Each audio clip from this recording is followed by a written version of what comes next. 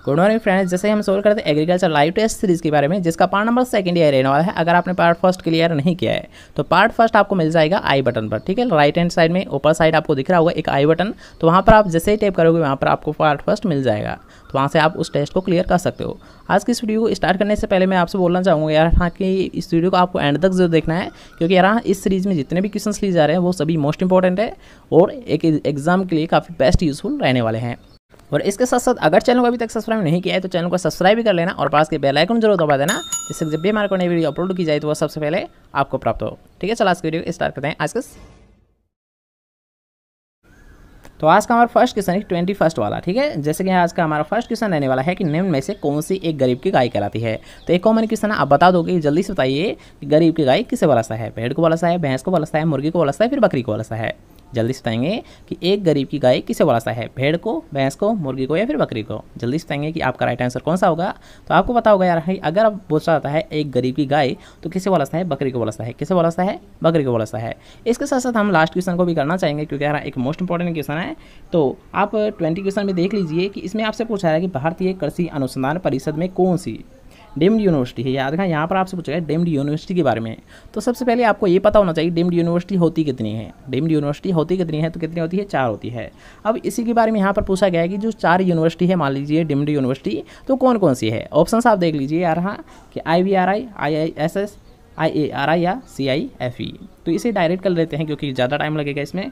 तो यार हाँ कि अगर बात करते हैं क्या कि यानी जो 4 डीम्ड यूनिवर्सिटी थी वो कौन कौन सी है, तो कौन सा यार हाँ राइट आंसर आपका सेकंड ऑप्शन है। क्योंकि यार हाँ अगर बात करते हैं 4 जो डीम्ड यूनिवर्सिटी थी वो कौन कौन सी थी यार हाँ IARI, इनको चारों को जरूर याद रखना कि अगर पूछा था है जो डीम्ड यूनिवर्सिटी है, कई बार आपसे एग्जाम में पूछा गया है ये क्वेश्चन है, इसलिए आपको इसका विशेष ध्यान रखें। IARI जो कि कहाँ पर स्थित है यार हाँ?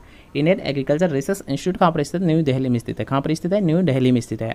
अगर बात करते हैं सेकंड की, अर्थात NDRI, इसके फुल फॉर्म क्या होती है यार? National dairy research institute. क्या होती है? NDRI, national dairy research institute होती है, जो कि कहाँ पर स्थित है यार हाँ? NDRI मतलब करनाल हरियाणा में स्थित है। कहाँ पर स्थित है? करनाल हरियाणा में स्थित है। ठीक है, सभी को थोड़ा सा ध्यान से समझना कि अगर आप पूछते हैं IARI के बारे में, तो IARI कहाँ पर स्थित है? न्यू दिल्ली में स्थित है, जिसकी फुल फॉर्म क्या होती है? इंडियन एग्रीकल्चर रिसर्च इंस्टीट्यूट होती है। नेक्स्ट था हमारा NDRI, जिसकी फुल फॉर्म क्या होती है? नेशनल डेयरी रिसर्च इंस्टीट्यूट होती है, जो कि कहाँ पर स्थित होती है? करनाल हरियाणा में स्थित होती है। कहाँ पर स्थित होती है? करनाल हरियाणा में स्थित होती है। ठीक है, नेक्स्ट पर आइए। नेक्स्ट में आपसे पूछा है CIFE। तो यह CIFE होता क्या है? तो सबसे पहले ये आपको पता होना चाहिए कि CIFE होता क्या है। तो central institute of fisheries education. क्या होती है यार? Central institute of fisheries education इसकी फुल फॉर्म होती है। और अगर बात करते हैं कहाँ पर स्थित है, तो मुंबई महाराष्ट्र में। कहाँ पर स्थित है? मुंबई महाराष्ट्र में स्थित है। ठीक है, लास्ट की हम बात करते हैं कि IVRI, तो आपको पता होगा Indian veterinary research institute, Indian veterinary research institute, जो कि कहाँ पर स्थित है यार हाँ? इज्जतनगर। कहाँ पर स्थित है? इज्जतनगर उत्तर प्रदेश में स्थित है। याद रखना कि अगर आप सोचते हैं IARI, तो IARI मतलब इंडियन एग्रीकल्चर रिसर्च इंस्टीट्यूट। अगर बात करते हैं जो कि यार हाँ IARI कहाँ पर स्थित है? न्यू दिल्ली में स्थित है। NDRI की अगर बात करते हैं तो NDRI का मतलब क्या होता है? नेशनल डेयरी रिसर्च इंस्टीट्यूट होता है, जो कि कहाँ पर स्थित होता है यार हाँ? करनाल हरियाणा में स्थित होता है। अगर बात करते हैं CIFE के बारे में, तो CIFE की फुल फॉर्म क्या होती है? Central institute of fisheries education होती है, जो कि कहाँ पर स्थित है? मुंबई महाराष्ट्र में स्थित है। अगर बात करते हैं IVRI की, तो IVRI क्या होता है? इंडियन वेटरनरी रिसर्च इंस्टीट्यूट होता है, जो कि कहाँ पर स्थित होता है? इज्जतनगर उत्तर प्रदेश में स्थित होता है। ठीक है, क्वेश्चन क्लियर हुआ यार हाँ? मोस्ट इंपॉर्टेंट क्वेश्चन था, इसे हमने क्लियर कर दिया है। अगर फिर भी आपको डाउट रहता है तो आप दोबारा से इस वीडियो को रिपीट कर सकते हो। ठीक है, तो चलो नेक्स्ट क्वेश्चन पर बढ़ते हैं। तो इस क्वेश्चन को हमने कर ही लिया है कि गरीब की गाय किसे बोलता है? बकरी को बोलता है। ठीक है, तो नेक्स्ट क्वेश्चन है कि केटल की नस्लें जो मुख्य रूप से शारीरिक कार्य के लिए जानी जाती है, तो वो किसके नाम से जाना है? तो जल्दी से बताइए इसका राइट आंसर क्या होगा। दुधारू नस्लों के नाम से जाना है, भार ढोने वाली नस्लों के नाम से जाना है, द्विप्रयोजनी नस्लों के नाम से जाना है, फिर इनमें से किसी नाम से नहीं जाना है। अर्थात वे नस्लें जो यार शारीरिक कार्य के लिए मुख्य रूप से पाली जाती है, उन्हें किस नाम से जाना है? दुधारू गाय की नस्लों से, भार ढोने वाली गाय की नस्लों के नाम से, द्विप्रयोजनी नस्लों के नाम से, फिर उपरोक्त में से कोई से नहीं। जैसा कि नाम से रहा शारीरिक कार्य के लिए। ठीक है, जैसे कि शारीरिक कार्य के लिए, शारीरिक मतलब भार ढोने के लिए, अर्थात ये वे नस्लें यार हाँ जो कि शारीरिक कार्य के लिए मुख्य रूप से पाली जाती है, उन्हें यार हाँ भार ढोने वाली नस्लों के नाम से जाना है। भार ढोने वाली नस्लों के नाम से जाना है। ठीक है, नेक्स्ट क्वेश्चन की ओर बढ़ते हैं। तो नेक्स्ट क्वेश्चन आपसे पूछा गया पार्श्वीकरण का सिद्धांत किसके द्वारा प्रतिपादित किया गया था। अर्थात यहाँ पार्श्वीकरण जो सिद्धांत था तो ये किसके द्वारा दिया गया था? तो जल्दी बताएंगे यार, निकोलस एपर्ट के द्वारा दिया गया था, लुईस पाश्चर के द्वारा दिया गया था, एडवर्ड जेनर के द्वारा दिया गया था, फिर या इन सभी के द्वारा नहीं दिया गया था। जल्दी बताएंगे रहा कि जो पाश्चराइजेशन है, ठीक है, जो पार्श्वीकरण है, तो ये सिद्धांत किसके द्वारा दिया गया था? एडवर्ड जेनर के द्वारा, निकोलस एपेट के द्वारा या फिर लुईस पास्चर के द्वारा। जल्दी से बताएंगे कि इनमें से कौन सा आपका राइट आंसर होगा। यहाँ पाश्चुरीकरण, जैसे कि नाम से सुन रहा है, ये भी क्वेश्चन आपका गलत नहीं होना चाहिए। पाश्चुरीकरण, पाश्चुरी में ही उसका नाम छिपा है। तो जल्दी से बताएंगे कि ये सिद्धांत किसके द्वारा प्रतिपादित किया गया था। निकोलस एपेट के द्वारा, लुईस पास्चर के द्वारा, एडवर्ड जेनर के द्वारा, फिर इनमें से कोई से नहीं।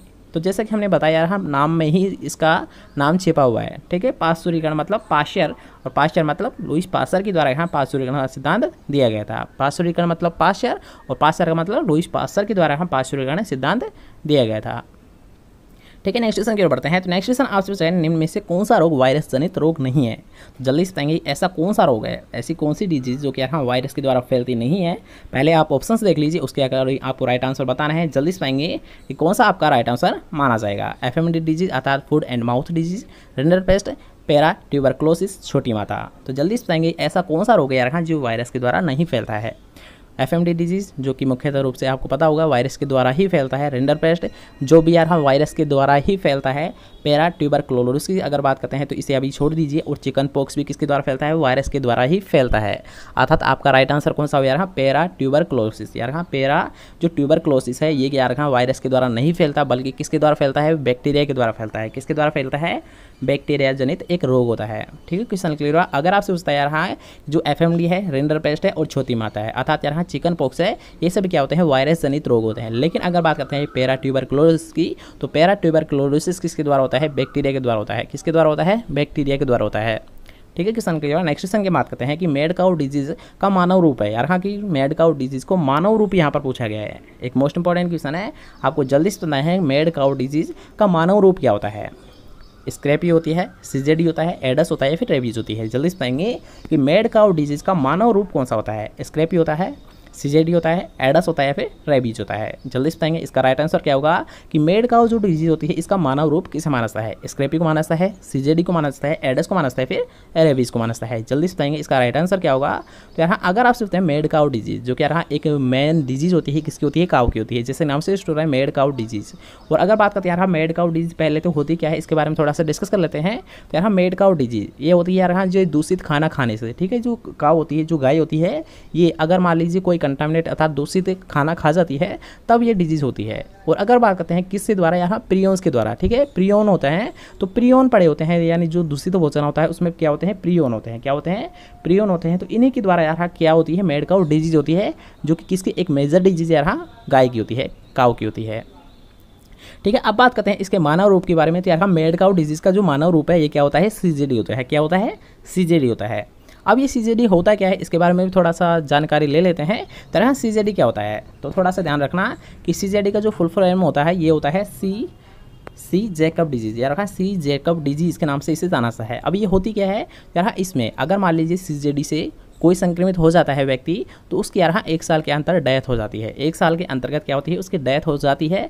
और यहाँ न्यूरो डिजनरेशन, इसमें क्या होता है यार, न्यूरो डिजनरेशन की क्रिया होती है, जिसके कारण यहाँ मृत्यु हो जाती है व्यक्ति की। क्यों होती है यार कि इसमें यार न्यूरो डिजनरेशन की क्रिया होती है, उसी के कारण यार जो व्यक्ति है जिससे ये संक्रमित होता है, तो यार यानी सीजेडी जिसको संक्रमित करता है वो क्या होता है, 1 साल में उसकी डेथ हो जाती है। क्यों हो जाती है, न्यूरो डिजनरेशन क्रिया के कारण, ठीक है। क्वेश्चन क्लियर हुआ। नेक्स्ट क्वेश्चन पर आ जाइए। तो नेक्स्ट क्वेश्चन आपसे पूछा गया मानव में रेबीज का संस्कार, अर्थात यार हाँ इसका जो ट्रांसमिशन है अर्थात वो संचार होता है ये किसके द्वारा होता है। जल्दी से बताएंगे, ये कॉमन क्वेश्चन है और एक इंपॉर्टेंट क्वेश्चन भी है, कई बार आपसे एग्जाम में पूछा गया है। तो रेबीज का संचार अर्थात जो ट्रांसमिशन किया जाता है ये किसके द्वारा किया जाता है। जल के द्वारा होता है, भोजन के द्वारा होता है, वायु के द्वारा होता है, फिर कुत्ते के काटने से होता है। जल्दी से बताएंगे कि रेबीज का संक्रमण अर्थात यार हाँ जो रेबीज का संचार होता है, ट्रांसमिशन होता है, ये किसके द्वारा होता है। जल के द्वारा होता है, भोजन के द्वारा होता है, वायु के द्वारा होता है, फिर कुत्ते के काटने से होता है। जल्दी से बताएंगे इसका राइट आंसर क्या होगा। मानव में जो रेबीज है इसका जो ट्रांसमिशन है अर्थात जो संचार है ये फैलता है, ये किससे फैलता है, जल से फैलता है, भोजन से फैलता है, वायु से फैलता है, फिर कुत्ते के काटने से फैलता है। जल्दी से बताएंगे। तो आपको पता होगा रेबीज, तो रेबीज किसके होता है, कुत्ते के काटने से होता है। किससे होता है, कुत्ते के काटने से होता है, ठीक है। नेक्स्ट क्वेश्चन की ओर बढ़ते हैं। तो नेक्स्ट क्वेश्चन में एक अच्छा क्वेश्चन है, थोड़ा सा ध्यान से समझना कि नेक्स्ट क्वेश्चन आपसे पूछा गया जल स्त्रोतों में मल संक्रमण। जल स्त्रोतों में जो मल संक्रमण है तो इसके स्तर का आपको पता लगाना है। तो इसके लिए आप किस सूचक के रूप में प्रयोग करोगे, अर्थात किसको आप सूचक के रूप में एक इंडिकेटर प्लांट के रूप में प्रयोग करोगे। जल्दी से बताएंगे स्टेफाइलोकोकस को, बेसिलस को, स्टेफाइलोकोकस, फिकेलिस को या फिर इनमें से कोई सा नहीं। जल्दी बताएंगे कि जल स्तरों में मल संक्रमण, जो मल संक्रमण होता है तो इसके स्तर का आपको पता लगाना है, तो किसे आप एक यानी इंडिकेटर के रूप में प्रयोग करोगे। जल्दी बताएंगे स्टेफाइलोकोकस को, बेसिलस को, स्टेफाइलोकोकस फिकेलिस को या फिर इनमें से कोई सा नहीं। जल्दी बताएंगे कि मल संक्रमण का स्तर पता लगाने के लिए आप किसको एक इंडिकेटर के रूप में प्रयोग करोगे। जल्दी से बताएंगे इसका राइट आंसर क्या होगा, ए बी सी या फिर डी, ए बी सी या फिर डी। जल्दी से बताएंगे कि मल संक्रमण का पता किसके द्वारा लगाया जाता है, तो किसके द्वारा लगाया जाता है, हाँ स्टेफाइलोकोकस फिकेलिस के द्वारा। थर्ड ऑप्शन आपका राइट आंसर है स्टेफाइलोकोकस फिकेलिस के द्वारा। किसके द्वारा किया जाता है, स्टेफाइलोकोकस फिकेलिस के द्वारा। ठीक है, नेक्स्ट क्वेश्चन की ओर बढ़ते हैं।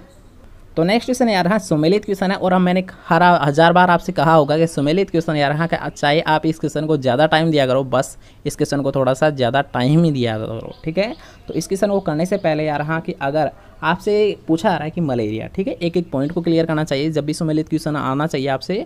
ठीक है, तो नहीं तो अदरवाइज उसे छोड़ देना चाहिए। अगर मान लीजिए वो नहीं आ रहा है तो उसे छोड़ दो, बेशक उसे छोड़ दो, लेकिन अगर आप कर रहे हो तो उसे ज़्यादा टाइम दो, एक्स्ट्रा टाइम दीजिए, तब जाकर वो क्वेश्चन आपका राइट आंसर होगा।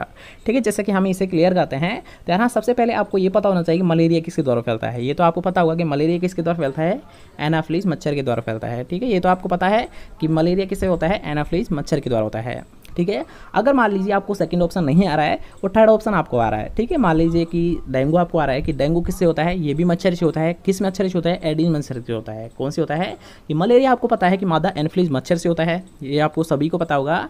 अगर बात करते हैं डेंगू, मान लीजिए क्लोरेला आपको नहीं आ रहा, अर्थात हैजा किससे होता है, ये आपको नहीं आ रहा है। ठीक है, कोई दिक्कत नहीं है, लेकिन मलेरिया आपको पता है कि एनाफ्लीज मच्छर से होता है, और डेंगू जो मलेरिया होता है ये किससे होता है, एडिस मच्छर से होता है। ठीक है, 2 पॉइंट आपको आते हैं। 2 पॉइंट आपको मान लीजिए नहीं आते हैं तो इससे आपके यार हाँ 50 क्वेश्चन यानी 50% चांस बन जाते हैं कि ये क्वेश्चन आपका राइट आंसर ही होगा। जैसे कि इन दोनों ऑप्शंस के अकॉर्डिंग हम बात करते हैं कि ए में आना चाहिए थर्ड ऑप्शन, ए में थर्ड ऑप्शन है, इन दोनों में है। ठीक है, तो इन क्वेश्चन के अलावा मान लीजिए ए इन दोनों में है, तो अर्थात इनमें से दोनों में से एक आपका राइट आंसर होगा। अब कैसे होगा, जैसे कि थर्ड ऑप्शन, ठीक है, जैसे कि हमने थर्ड ऑप्शन को क्लियर किया कि थर्ड ऑप्शन में क्या है, डेंगू है, एडिस है, दोनों में सेम है। ठीक है, इसमें दोनों सेम है। अगर नहीं होता तो आपका इजीली क्वेश्चन हो जाता, लेकिन यहाँ पर सेम दे रखा है तो इन दोनों में से है, आपकी 50% चांस बन गए हैं। लेकिन कैसे, अब आपको एक और पता लगाना ही होगा कि यार हाँ क्लोरेला, ठीक है, क्लोरेला अर्थात हैजा किससे फैलता है, तो हैजा यार हाँ घरेलू मक्खी के द्वारा होता है। किससे होता है यार हाँ, क्लोरेला घरेलू मक्खी से होता है। किससे होता है, घरेलू मक्खी से होता है। और अगर बात करते हैं स्लीपद अर्थात एलिफेंटाइटिस होता है, ये होता है क्यूलेक्स वायरस के द्वारा, क्यूलेक्स के द्वारा होता है, सॉरी वायरस नहीं होता, शायद ये कुछ और होता है, कवक होता है शायद, ये नाम मुझे याद नहीं आ रहा है, मैंने 12th में पढ़ा था। तो इसको थोड़ा सा ध्यान से समझना है रखा कि एलिफेंटाइटिस आपको पता होगा किसके द्वारा होता है, क्यूलेक्स के द्वारा होता है। ठीक है, तो मलेरिया किसके द्वारा होता है ये आपको पता चल गया है, एनाफ्लीज के द्वारा होता है। क्लोरेला किसके द्वारा होता है, अर्थात हैजा किसके द्वारा होता है, मक्खी के द्वारा होता है। तो सेकंड फोर्थ अर्थात आपका राइट आंसर कौन सा है, फोर्थ ऑप्शन। ठीक है, याद रखना। इसे एक और बात देख लीजिए कि अगर आपसे पता चल रहा है कि जो मलेरिया होता है ये होता है एनाफ्लीज, ठीक है। अगर बात करते हैं हैजा, तो हैजा होता है घरेलू मक्खी के द्वारा। अगर बात करते हैं डेंगू, तो डेंगू किससे होता है, एडिस मच्छर के द्वारा होता है। और अगर बात करते हैं स्लीपद के बारे में, तो स्लीपद क्या होता है, क्यूलेक्स के द्वारा होता है। किसके द्वारा होता है, क्यूलेक्स के द्वारा होता है। ठीक है, क्वेश्चन क्लियर। नेक्स्ट क्वेश्चन की ओर बढ़ते हैं।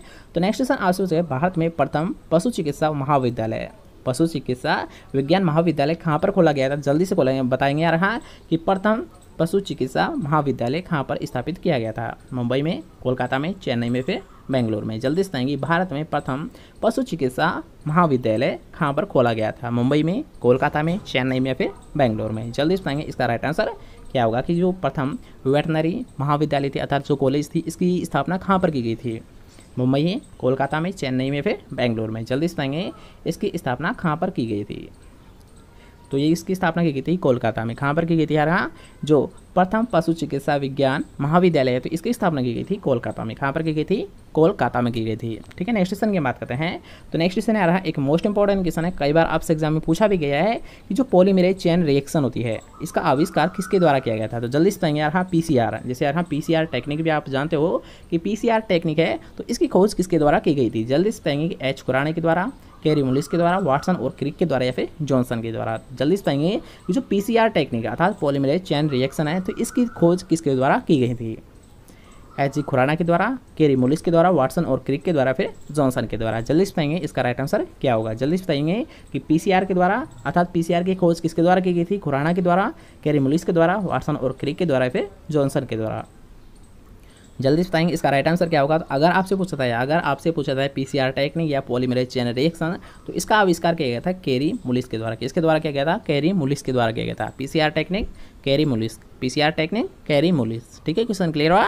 नेक्स्ट क्वेश्चन की बढ़ते हैं। तो नेक्स्ट क्वेश्चन आपसे पूछा विश्व में प्रथम काय की विधि से उत्पन्न क्लोन जंतु है, अर्थात यहाँ जो फर्स्ट क्लोन था, ये तो आपको पढ़ा होगा यार, कई बार इस क्वेश्चन को आपने क्लियर कर लिया है, तो ये क्वेश्चन आपका गलत नहीं होना चाहिए। तो जल्दी से बताएंगे जो फर्स्ट क्लोन था वो कौन सा था। यहाँ पर नाम पूछा गया उसका, तो जल्दी से बताएंगे यहाँ फर्स्ट क्लोन कौन था। पोली थी, डोली थी, सिल्ली थी या फिर चिया थी। जल्दी से बताएंगे जो फर्स्ट क्लोन था वो कौन था। पोली थी, डोली थी, सिल्ली थी या फिर चिया था। जल्दी से बताएंगे ये फर्स्ट क्लोन कौन था। पोली थी, डोली थी, सिल्ली थी या फिर चिया था। जल्दी से बताएंगे इसका राइट आंसर क्या होगा। तो हमने बताया है, कई बार इस क्वेश्चन को क्लियर किया है कि जो फर्स्ट क्लोन है वो कौन सा है, डोली है, जो कि क्या होती है, एक भेड़ होती है। ठीक है, क्या होती है, डोली एक भेड़ होती है। और अगर बात करते हैं इसके यानी जो फर्स्ट क्लोन है, इसको डेवलप किसके द्वारा किया गया था। ठीक है, ये क्वेश्चन भी आपसे कई बार एग्जाम में पूछा गया है कि जो डोली है तो इसको किसके द्वारा विकसित किया गया था। तो इसे किया गया था इयोन विल्मोट के द्वारा। किसके द्वारा किया गया था यार, हाँ, इयोन विल्मोट के द्वारा। किसके द्वारा? इयोन विल्मोट के द्वारा। अर्थात यार हाँ कि फर्स्ट क्लोन कौन सा था, डोली था, जो कि क्या होती है, एक भेड़ होती है, और जिसकी खोज अर्थात जिसको विकसित किया गया था इयोन विल्मोट के द्वारा। ठीक है, तीनों पॉइंट क्लियर हुए यार। हाँ, अगर आपसे पूछता है फर्स्ट क्लोन तो कौन सा होता है, डोली होता है। डोली क्या होती है, एक भेड़ होती है, और जिसकी खोज किसके द्वारा की गई थी, अर्थात जिसके विकसित किसके द्वारा किया गया था, इयोन विल्मोट के द्वारा किया गया था। ठीक है, क्वेश्चन क्लियर हुआ। नेक्स्ट क्वेश्चन, उससे पहले अगर आपको वीडियो पसंद आ रही है तो वीडियो कर दीजिए एक लाइक। चैनल को अभी तक सब्सक्राइब नहीं किया है तो चैनल को कर लीजिए सब्सक्राइब, और पास के बेल आइकन जरूर दबा देना, जिससे जब भी हमारे को नई वीडियो अपलोड की जाए तो वो सबसे पहले आपको प्राप्त हो। ठीक है, नेक्स्ट क्वेश्चन की ओर बढ़ते हैं। तो नेक्स्ट क्वेश्चन आपसे पूछे पेनिसिलिन की खोज किसके द्वारा की गई थी। जल्दी से बताएंगे कि जो पेनिसिलिन है, सबसे पहले यार हाँ कि पेनिसिलिन होती क्या है, एक एंटीबायोटिक होती है। क्या होती है, एक फर्स्ट एंटीबायोटिक होती है। तो जल्दी से बताएंगे कि एंटीबायोटिक है, तो इस पेनिसिलिन की खोज किसके द्वारा की गई थी। जेसी बोस की, लुईस पास्टर के द्वारा, एडवर्ड जेनर के द्वारा, फिर अलेक्जेंडर फ्लेमिंग के द्वारा। जल्दी से बताएंगे पेनिसिलिन की खोज किसके द्वारा की गई थी। जेसी बोस के द्वारा, लुईस पास्टर के द्वारा, एडवर्ड जेनर के द्वारा, फिर अलेक्जेंडर फ्लेमिंग के द्वारा। जल्दी से बताएंगे जो पेनिसिलिन है इसकी खोज किसके द्वारा की गई थी। जल्दी से बताएंगे राइट आंसर क्या होगा। पेनिसिलिन खोज किसके द्वारा की गई थी, लुईस पास्टर के द्वारा, जेसी बोस के द्वारा, एडवर्ड जेनर के द्वारा, फिर अलेक्जेंडर फ्लेमिंग के द्वारा। तो किसके द्वारा की गई थी यार, जो पेनिसिलिन है तो इसकी खोज की गई थी जो अलेक्जेंडर फ्लेमिंग है। ठीक है, अलेक्जेंडर फ्लेमिंग है, तो इसी के द्वारा की गई थी। और ये क्या होती है यार, हाँ, पेनिसिलिन क्या होती है, फर्स्ट एंटीबायोटिक होती है। क्या होती है, फर्स्ट एंटीबायोटिक होती है, जिसकी खोज यार अलेक्जेंडर फ्लेमिंग की थी। ठीक है, क्वेश्चन के लिए। और नेक्स्ट क्वेश्चन की बात करते हैं कि ऊँट क्या है। अब ये क्वेश्चन यार मोस्ट इंपॉर्टेंट है, इसे आपको जरूर याद रखना है कि ऊँट क्या होता है। जल्दी से बताएंगे कि ऊँट क्या है। रोमिनेंट होता है, नॉन रोमिनेंट होता है, स्यूडो रोमिनेंट होता है, या फिर इनमें से कोई सा नहीं होता है। जल्दी से रहा कि रोमिनेंट होता है, नॉन रिमोनेंट होता है, स्यूडो रोमिनेंट होता है, या फिर उपयुक्त में से कोई सा नहीं होता है। जल्दी से बताएंगे कि ऊँट क्या होता है। यहाँ पर उसी के बारे में बात की गई यार हाँ कि अगर आपने पढ़ा होगा कि रोमिनेंट पाई जाता है या नहीं पाइता है, ये आपको पता है तो ये क्वेश्चन आप इजीली सोल्व कर सकते हो। ठीक है, मैं हिंट दे देता हूँ कि रोमिनेंट जब पाया जाता है या फिर नहीं पाया है, ये आपको पता होना चाहिए। ये क्वेश्चन आप इजीली सोल्व कर सकते हो। जल्दी से बताएंगे, आप जल्दी से बताएंगे कि ऊँट क्या होता है। रोमिनेंट होता है, नॉन रिमोनेंट होता है, स्यूडो रोमिनेंट होता है, या फिर उपयुक्त में से कोई सा नहीं होता है। जल्दी से बताएंगे रोमिनेंट होता है या फिर नहीं होता है। जल्दी से बताएंगे इसका राइट आंसर क्या होता है। यहाँ अगर बात करते हैं ऊँट क्या होता है, तो ये क्या होता है यार, स्यूडो रोमिनेंट होता है। क्या होता है, एक स्यूडो रोमिनेंट यानी एनिमल होता है। ठीक है, क्वेश्चन क्लियर हुआ यार हाँ। एकमात्र कैसा है, स्यूडो रोमिनेंट पशु है, कौन सा होता है, ऊँट होता है। ठीक है, नेक्स्ट क्वेश्चन की ओर बढ़ते हैं। तो नेक्स्ट क्वेश्चन आप सबसे डबल सिक्का पाई जाती है। डबल सिक्का किस में पाई है, सुअर में पाई है, मुर्गी में पाई है, घोड़े में पाई है, फिर गाय में पाई है। जल्दी से बताएंगे डबल सिक्का किस में पाई है, सुअर में, मुर्गी में, घोड़े में, या फिर गाय में। जल्दी से बताएंगे डबल सिक्का किस में पाए जाते हैं, सुअर में, मुर्गी में, घोड़े में, या फिर गाय में। तो यार अगर आप सोचते हैं डबल सिक्का के बारे में तो ये पाइजती है मुर्गी में। किस में पाइजती है, मुर्गी में पाइजती है। ठीक है, नेक्स्ट क्वेश्चन की ओर बढ़ते हैं।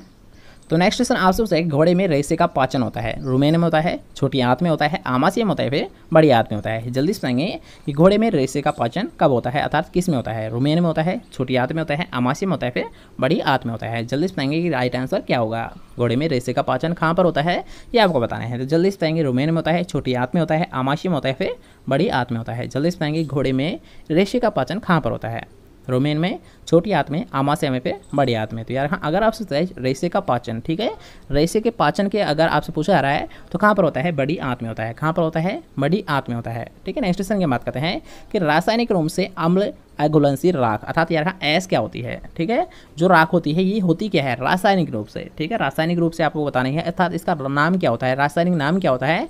जल्दी से बताएंगे राख का सिलिकॉन सल्फेट के नाम से जाना जाता है, शुद्ध सिलिकॉन होती है, सिलिकॉन ऑक्साइड के नाम से जाना जाता है, फिर उपरोक्त तीनों का मिश्रण होता है। जल्दी से बताएंगे राख होती क्या है। राख होती क्या है ये आपको बताना है, तो जल्दी से बताएंगे राख होती क्या है। सिलिकॉन सल्फेट होती है, शुद्ध सिलिकॉन होती है, सिलिकॉन ऑक्साइड होता है, या फिर ये तीनों का मिश्रण होती है। राख होती क्या है? ऑप्शन सही से देख लीजिए कि राख होती क्या है। सिलिकॉन सल्फेट होती है, शुद्ध सिलिकॉन होती है, सिलिकॉन ऑक्साइड होती है, फिर ये तीनों का मिश्रण होती है। जल्दी से बताएंगे सिलिकॉन अर्थात राख होती क्या है, एस होती क्या है।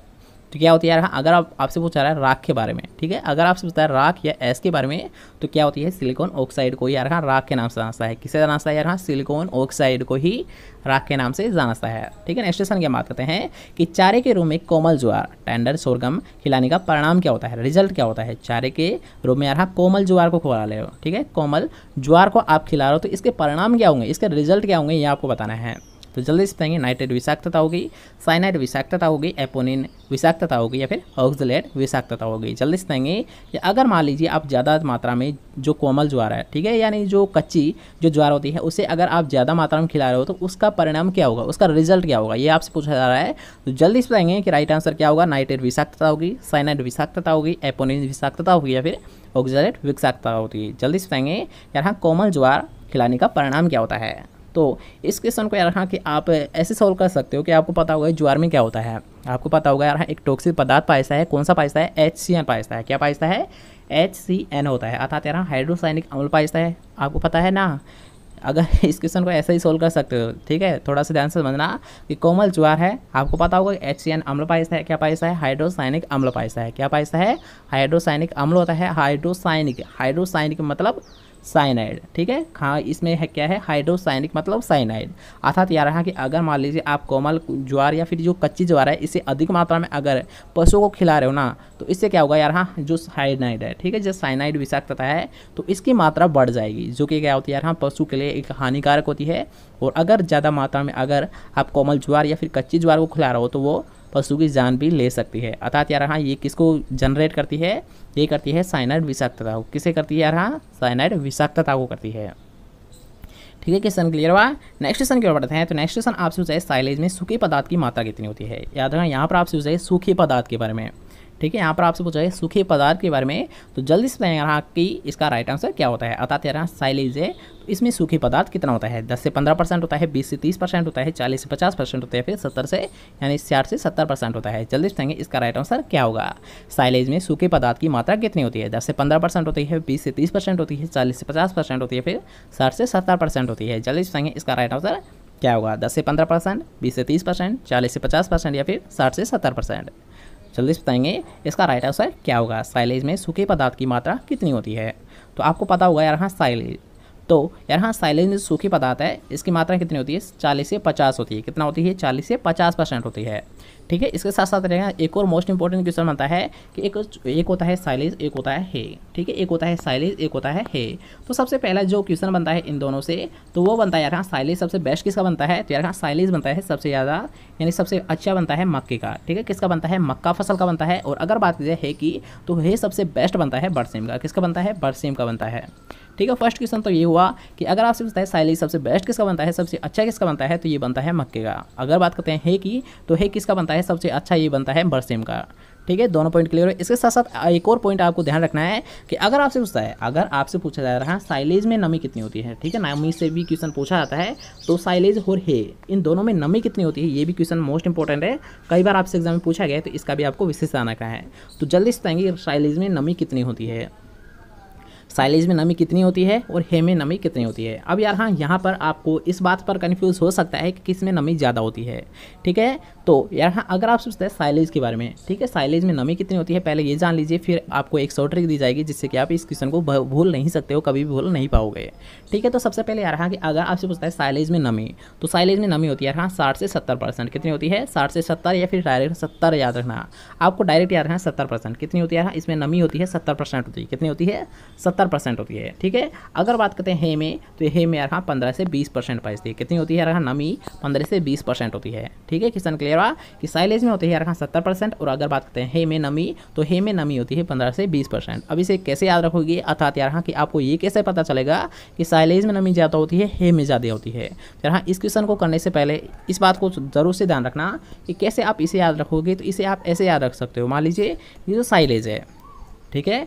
मान लीजिए कोई साइलेज है, तो साइलेज को किससे तैयार किया जाता है, साइलेज जो साइलो गड्ढा होता है, ठीक है, साइलेज को जिस गड्ढे में तैयार किया जाता है उसे बोला जाता है साइलो गड्ढे के नाम से, ठीक है। सॉरी, इस क्वेश्चन को दोबारा से समझते हैं कि उससे मैं काम करने के चला गया था, कुछ काम आ गया था, ठीक है। तो जैसे कि हम बात कर रहे थे कि साइलेज, ठीक है, तो साइलेज में जैसे कि हम बात कर रहे थे नमी के बारे में, ठीक है, नमी के बारे में, तो कैसे याद रखोगे, तो इसे आप ऐसे याद रख पाओगे यार, हाँ साइलेज, ठीक है, साइलेज जो तैयार करते हैं, जो गड्ढा होता है, ठीक है, जो गड्ढा होता है उसे बोला जाता है साइलो, किस नाम से जाना जाता है, साइलो के नाम से जाना जाता है। अर्थात यार हाँ गड्ढे में तैयार किया जा रहा है, अर्थात गड्ढे में तैयार किया जाएगा तो इसमें नमी की मात्रा ज़्यादा होगी यार, हाँ कि अगर कैसे याद रखोगे इसे कि साइलेज होता है गड्ढे में तैयार किया जाता है, और गड्ढे में तैयार करने के कारण यार हाँ इसमें क्या होती है, नमी की मात्रा ज़्यादा होती है, ठीक है, गड्ढे में तैयार किया जाता है, इसी के कारण यार हाँ नमी का ज़्यादा लॉस नहीं होता है, और साइलेज में यार हाँ नमी की मात्रा ज़्यादा होती है। अर्थात यार हाँ कि जो साइलो होता है, तो साइलेज होता है, तो साइलेज में कितनी होती है, 70% नमी होती है, और हे में कितनी होती है, हे में होती है यानी 15 से 20% होती है, ठीक है। क्वेश्चन क्लियर हुआ यार, हाँ ज़्यादा किस में होती है, साइलेज में होती है, क्योंकि यार हाँ उसको गड्ढे में तैयार किया जाता है, जबकि हे होता है तो इसे यार डायरेक्ट ही सुखा दिया जाता है, ठीक है, ऊपर सतह पर सुखा दिया जाता है ज़मीन की, इसलिए यार हाँ इसमें ज़्यादा जो नमी का लॉस हो जाता है। लेकिन यार हाँ साइलेज गड्ढे में तैयार किया जाता है, इसलिए उसमें नमी का लॉस ज़्यादा नहीं होता है, ठीक है। Question clear. नेक्स्ट क्वेश्चन की ओर बढ़ते हैं। तो नेक्स्ट क्वेश्चन आपसे पूछा गया कि सूक्ष्म जीव विज्ञान और इम्यूनोलॉजी, सूक्ष्म जीव विज्ञान और इम्यूनोलॉजी का जनक किसे बोला जाता है, तो जल्दी से बताएंगे। लुईस पास्चर को बोला जाता है, एंटोन वान ल्यूमेनहोक को बोला जाता है, जोसेफ लिस्टर को बोला जाता है, फिर रॉबर्ट कोच को बोला जाता है। जल्दी से बताएंगे कि सूक्ष्म जीव विज्ञान और इम्यूनोलॉजी का जनक किसे बोला जाता है। जल्दी से बताएंगे इसका राइट आंसर क्या होगा, ए, बी, सी या फिर डी। जल्दी से बताएंगे कि सूक्ष्म जीव विज्ञान और इम्यूनोलॉजी का जनक किसे बोला जाता है। जल्दी से बताएंगे कौन सा होगा आपका राइट आंसर।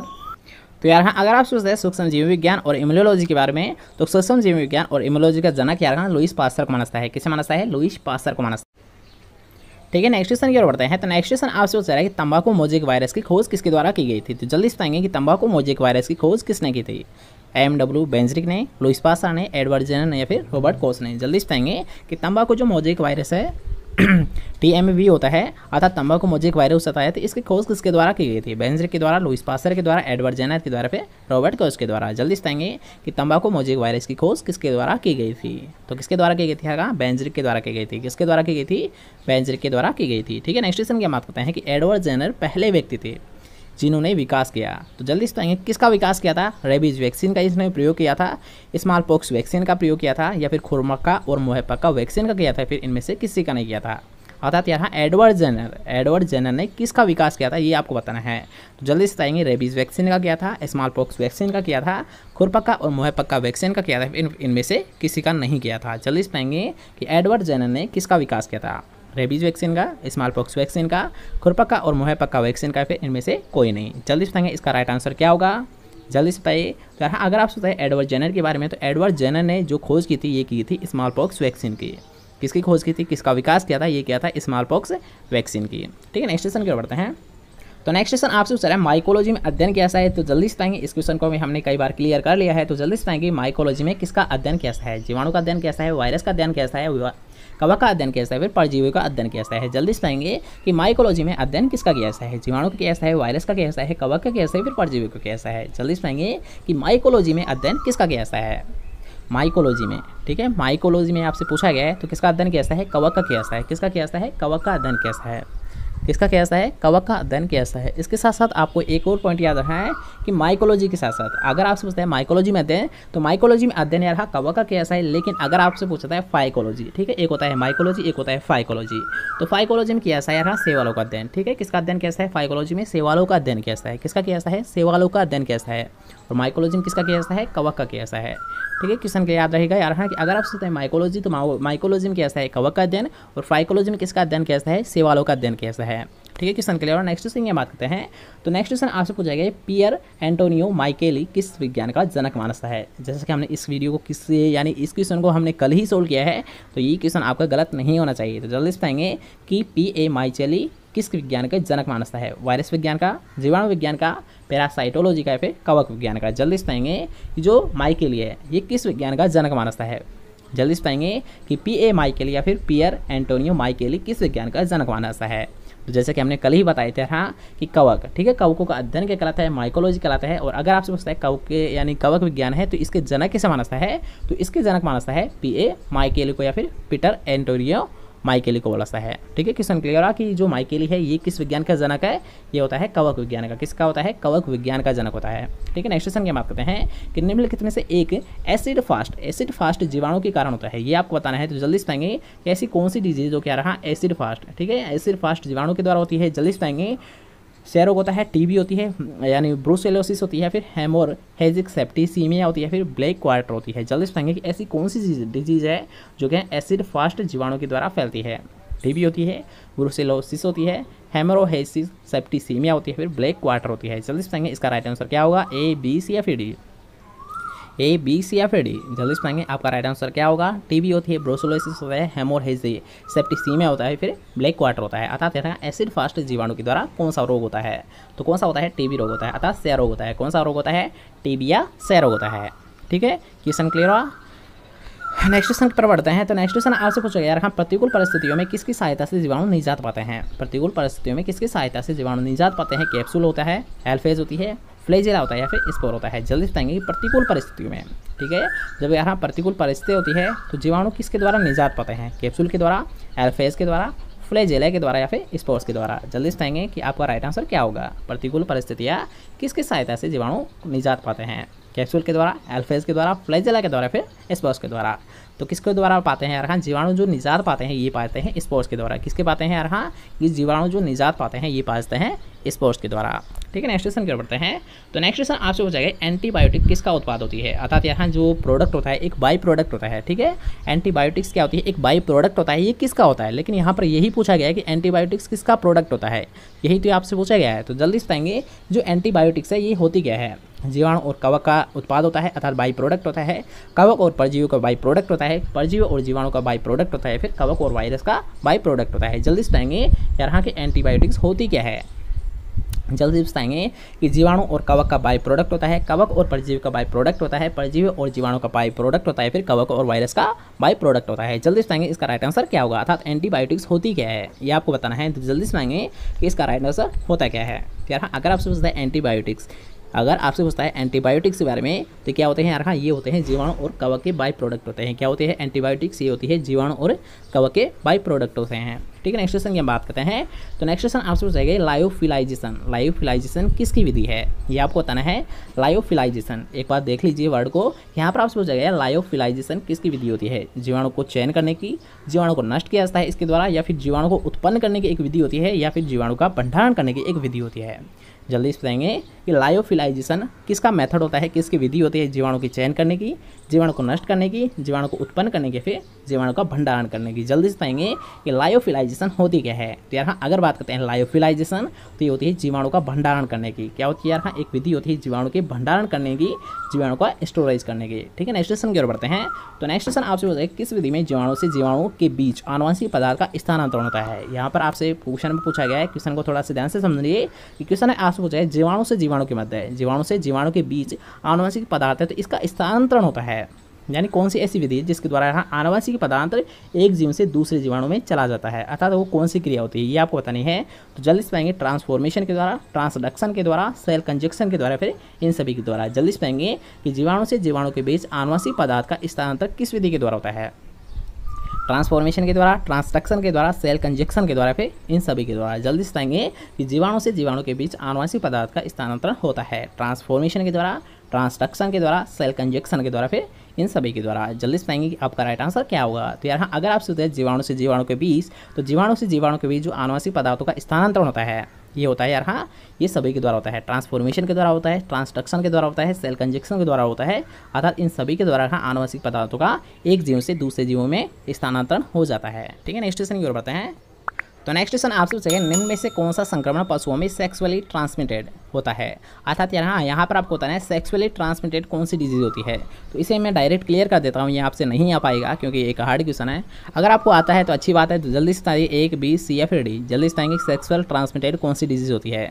अगर आपको आता है तो ठीक है, नहीं आता तो कोई दिक्कत नहीं है कि सेक्सुअली ट्रांसमिटेड कौन सा डिजीज होती है। तो आपने ये डिजीज नहीं पढ़ी है इसलिए डायरेक्ट क्लियर कर देते हैं यार। कैम्फाइलो फैक्टर होता है। क्या होता है ये कैम्फाइलो फैक्टर यार एक होती है सेक्सुअल ट्रांसमिटेड डिजीज होती है। क्या होती है सेक्सुअली ट्रांसमिटेड डिजीज होती है। ठीक है, नेक्स्ट क्वेश्चन की बात करते हैं कि निम्नलिखित रोगों में से कौन सा रोग संक्रमण कीटों के काटने से होता है। कीड़ों के काटने से होता है। कौन सा डिजीज यार हाँ ऐसी है जो कि कीड़ों के काटने से होती है, जल्दी से बताएंगे। ब्लैक वाटर होती है, ब्लू टंग होती है, ब्रूसेलोसिस होती है, फिर खुरपका और मुहपका होती है। जल्दी से बताएंगे यार हाँ कीड़ों के काटने से कौन से रोग होता है। तो कौन सा होता है, ब्लू टंग होता है। कौन सा होता है यार हाँ, ब्लू टंग होता है। कौन सा होता है, ब्लू टंग होता है कीड़ों के काटने से। ठीक है, नेक्स्ट क्वेश्चन की बात करते हैं कि ट्यूबरकुलिन परीक्षण। ट्यूबरकुलिन जो परीक्षण किया जाता है ये किसके लिए किया जाता है, तो इसे भी हम डायरेक्ट क्लियर कर लेते हैं। यहाँ ट्यूबरकुलिन जो टेस्ट किया जाता है ये किया जाता है एलर्जी टेस्ट। किसके लिए किया जाता है यहाँ जो ट्यूबरकुलिन परीक्षण है, तो ये किया जाता है एलर्जी टेस्ट। किसके लिए किया जाता है, एलर्जिक टेस्ट करने के लिए यहाँ ट्यूबरकुलिन परीक्षण किया जाता है। ठीक है, नेक्स्ट क्वेश्चन की बात करते हैं कि साधारणतः किसके निदान के लिए इंट्राडर्मल एलर्जिक टेस्ट किया जाता है, ये आपको बताना है। तो जल्दी से बताएंगे कि इंट्राडर्मल एलर्जिक जो टेस्ट है ये किसके लिए किया जाता है, एंथ्रेक्स के लिए, सैरो के लिए, रेबीज के लिए, फिर खुरपका और मुहपका लिए। जल्दी से बताएंगे कि इंट्राडर्मल एलर्जिक टेस्ट किसके द्वारा किया जाता है, एंथ्रेक्स के लिए, सैरो के लिए, रेबीज के लिए, फिर खुरपका और मुहपका के लिए। जल्दी से बताएंगे कि इंट्राडर्मल एलर्जिक टेस्ट क्यों किया जाता है, किसके लिए किया जाता है। तो जैसा कि हमने बताया था यार हाँ इंट्राडर्मल एलर्जी टेस्ट तो ये किया जाता है टीबी या सैरो के लिए। किसके लिए किया जाता है यार हाँ इंट्राडर्मल एलर्जी टेस्ट, तो ये किया जाता है सैरो या टीबी के लिए। ठीक है, नेक्स्ट क्वेश्चन की बात करते हैं कि साधारणतः है वायरस का आनुवंशिक पदार्थ क्या होता है। याद रखें यहाँ पर आपसे पूछा है कॉमन, यार हाँ जो साधारणतः होता है यहाँ पर वही पूछा गया है कि साधारणतः वायरस का आनुवंशिक पदार्थ कौन सा होता है, डीएनए आरएनए होता है, डीएनए आरएनए होता है, केवल डीएनए होता है या फिर केवल आरएनए होता है। जल्दी से बताएंगे कि साधारणतः वायरस का आनुवंशिक पदार्थ कौन सा होता है, डीएनए आरएनए होता है, डीएनए आरएनए होता है, केवल डीएनए होता है, फिर केवल आरएनए होता है। तो हाँ साधारणतः की अगर बात की जाए, साधारणतः की अगर बात की जाती है साधारणतः वायरस का आनुवंशिक पदार्थ तो कौन सा होता है, केवल आरएनए होता है, केवल आरएनए होता है। ठीक है, साधारणतः की अगर बात की जाए अर्थात यार जो कॉमनली जो आनुवंशिक पदार्थ होता है वायरसों का वो क्या होता है, केवल आरएनए होता है। ठीक है, नेक्स्ट क्वेश्चन की बात करते हैं।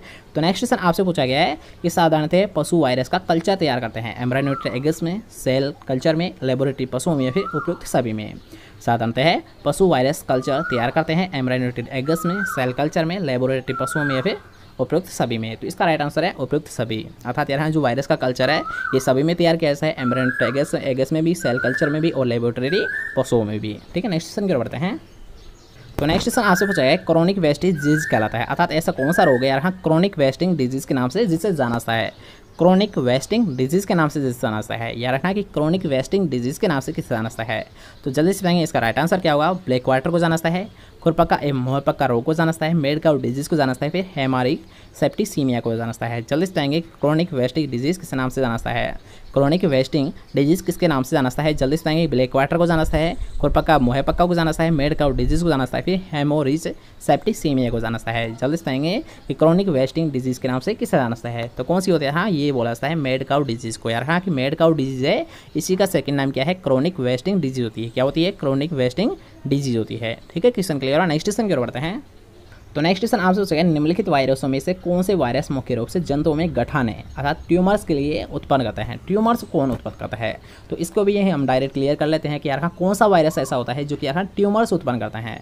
तो कौन सा होता है, रेट्रो वायरस होता है। कौन सा होता है यार हाँ जो कि ट्यूमर पैदा करता है वो होता है रेट्रो वायरस। ठीक है, नेक्स्ट क्वेश्चन की बात करते हैं जो कि यार हाँ एक मोस्ट इंपॉर्टेंट क्वेश्चन है, कई बार आपसे एग्जाम में पूछा भी गया है कि वायरस जो जीवाणु पर वृद्धि करते हैं अर्थात यार हाँ वे वायरस जो कि यार हाँ जीवाणु का भोजन करते हैं अर्थात जीवाणु को मार देते हैं, उनको किस नाम से जाना जाता है, उन वायरस को किस नाम से जाना जाता है ये आपको बताना है। तो जल्दी से बताएंगे कि वीरियंस के नाम से जाना जाता है, वायरोइड्स के नाम से जाना जाता है, पीरियंस के नाम से जाना जाता है, फेजेस के नाम से जाना जाता है। जल्दी से बताएंगे कि वे वायरस जो कह रहा है जीवाणु का भक्षण करते हैं। मैं डायरेक्ट बता देता हूँ कि वे वायरस जो कह रहा है जीवाणु का भक्षण करते हैं तो उसे किस नाम से जाना जाता है। जल्दी से बताएंगे प्रियंस के नाम से, वीरियंस के नाम से, वीरोइड के नाम से, फिर फेजेस के नाम से। जल्दी से बताएंगे किस नाम से जाना जाता है, वायरस जो जीवाणु का भक्षण करते हैं अर्थात यहाँ जीवाणु को वृद्धि करते हैं फिर जीवाणु का भक्षण करते हैं, उस वायरस को किस नाम से जाना जाता है।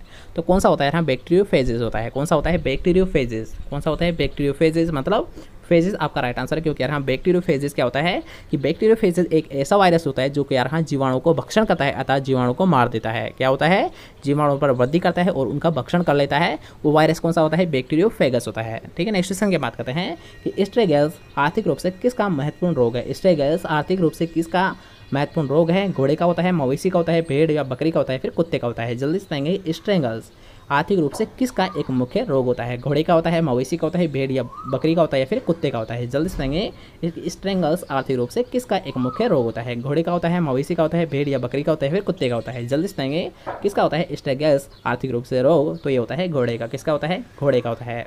नेक्स्ट क्वेश्चन है जो कि आज का हमारा लास्ट क्वेश्चन है कि मवेशियों में थनैला रोग का कारण क्या होता है। जल्दी से पाएंगे थनैला रोग किसके द्वारा फैलता है, जीवाणु के द्वारा, वायरस के द्वारा, कवक के द्वारा, फिर माइकोप्लाज्मा के द्वारा। जल्दी से पाएंगे कि जो मैस्टाइटिस है अर्थात यहाँ थनैला रोग है ये किसके द्वारा फैलता है, जीवाणु के द्वारा, वायरस के द्वारा, कवक के द्वारा, फिर माइकोप्लाज्मा के द्वारा। जल्दी से पाएंगे इसका राइट आंसर क्या होगा, जो कि आज का हमारा लास्ट क्वेश्चन है। जल्दी से पाएंगे मैस्टाइटिस या थनैला रोग किसके द्वारा फैलता है। तो किसके द्वारा फैलता है यार, हाँ ये फैलता है जीवाणु के द्वारा। किसके द्वारा फैलता है, जीवाणु के द्वारा फैलता है। अर्थात यार जो थनैला रोग है जो क्या होता है, थनों से संबंधित होता है, ये होता है जीवाणु के द्वारा। और नेक्स्ट क्वेश्चन की भी हम बात कर लेते हैं क्योंकि यार ये भी एक इंपॉर्टेंट क्वेश्चन है, कई बार आपसे एग्जाम में पूछा गया है, इसलिए इसका भी हम डिस्कस कर लेते हैं कि भारत में मवेशियों में किस रोग का हाल ही में उन्मूलन कर दिया गया है। अर्थात यार इरेडिकेटेड कौन से रोग को कर दिया गया है ये आपसे पूछा गया है। तो जल्दी से बताइए कैसा कौन सा रोग है जिसे इरेडिकेट कर दिया गया है, ब्लैक वाटर को, एफएमडी को, रिंडरपेस्ट को या फिर एचएस को। जल्दी से बताएंगे कि भारत में जो यानी मवेशियों में किस रोग का हाल ही में उन्मूलन अर्थात यार यहाँ कौन सा ऐसा रोग है जिसे इरेडिकेटेड